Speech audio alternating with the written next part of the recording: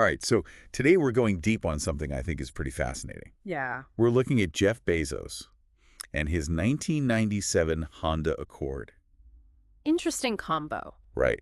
Like you think of Jeff Bezos, you think I Amazon. do billionaire. Exactly like one of the richest people in the world. Mm-hmm. But for years, he drove this really modest car. Like, even after he was super wealthy. Yeah, and it really makes you think, like, what's going on there? What's the message? What's the message behind that choice?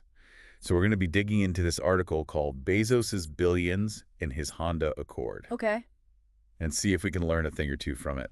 Yeah, I mean, it's interesting because this isn't just about a car. Right. This choice could tell us something about Bezos's philosophy. Okay. Like, especially about how he built Amazon. Yeah, I mean, we always hear those stories about how frugal Bezos was. In the early days. Right in Amazon's early days. Like that desk? Oh, yeah. You've seen that picture, right? The door desk. The desk made out of a door. It's iconic. I mean, the guy was worth billions by then.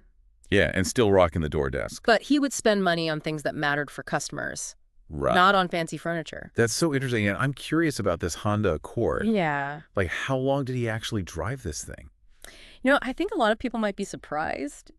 Yeah. Hear just how long he held on to that car. Right. Remember that 1999 60 Minutes interview with Bob Simon? Oh, yeah, with the Amazon headquarters. Yeah, they're just walking around. It's wild. And their office is on the same street in Seattle.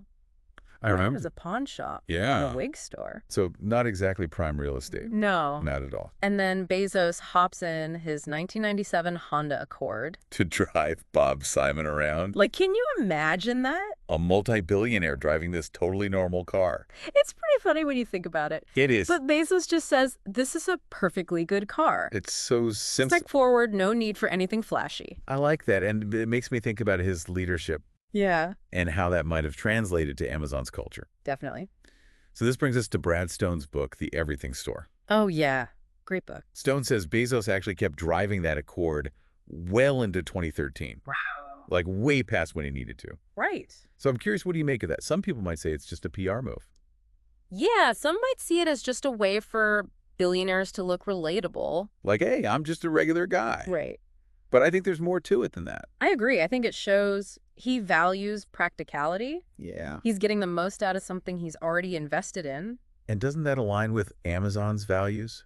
Absolutely. Like their focus on efficiency. And long-term thinking. Right, providing value to the It customer. sort of ties together. Yeah, it's pretty fascinating. See those connections? To get a better sense of the car itself, we talked to Peter Niebling. Oh, yeah. He's a dealer principal at Redlands Mazda. Okay, so he knows his cars. He does. What did he have to say? Well, he was saying how the Honda Accord is just a really popular car. Yeah. And for good reason. They're reliable. Super dependable. Good gas mileage. Comfortable. They just make sense for a lot of people.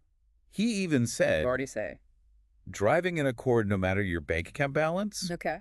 proves you appreciate value, dependability, and efficiency. Makes sense. Stuff that matters to all types of car buyers. Exactly. And, I think that quote really captures something important. What's that? Like, even though Bezos could have any car he wanted, Right. he chose one that's known for being practical. And reliable. Yeah, it's like he's showing that he's a smart consumer. Even while running this huge company. Yeah, there's a lesson in there for all of us, I think. So this is where it gets really interesting for me. Okay, I'm ready. What do you think Bezos' choice of car tells us about his priorities?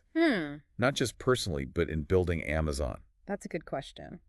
Do you think that frugality, Okay. that focus on long-term value, could that have actually played a role in Amazon's success? I think it's possible. Like, think about it. Okay. Amazon is built on offering customers low prices. And convenience. Yeah, making things easy and affordable. And maybe those principles start at the top.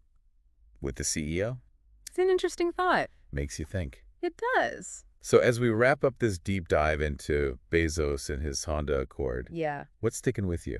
I think for me, it's the idea that even the richest people in the world Okay. can still value practicality and simplicity. Yeah. Like, it's a reminder that we don't always need the fanciest or most expensive things. To be happy and successful. Exactly. And maybe this approach to spending Yeah, could be something we could all learn from. definitely. Maybe we should all keep an eye out for a used Honda Accord. Just in case. Just in case. All right. Thanks for joining me on this deep dive. This was fun. It was a good one. Yeah, I always learn something new from these. Me too. All right. See you next Bye. time. See ya. But yeah.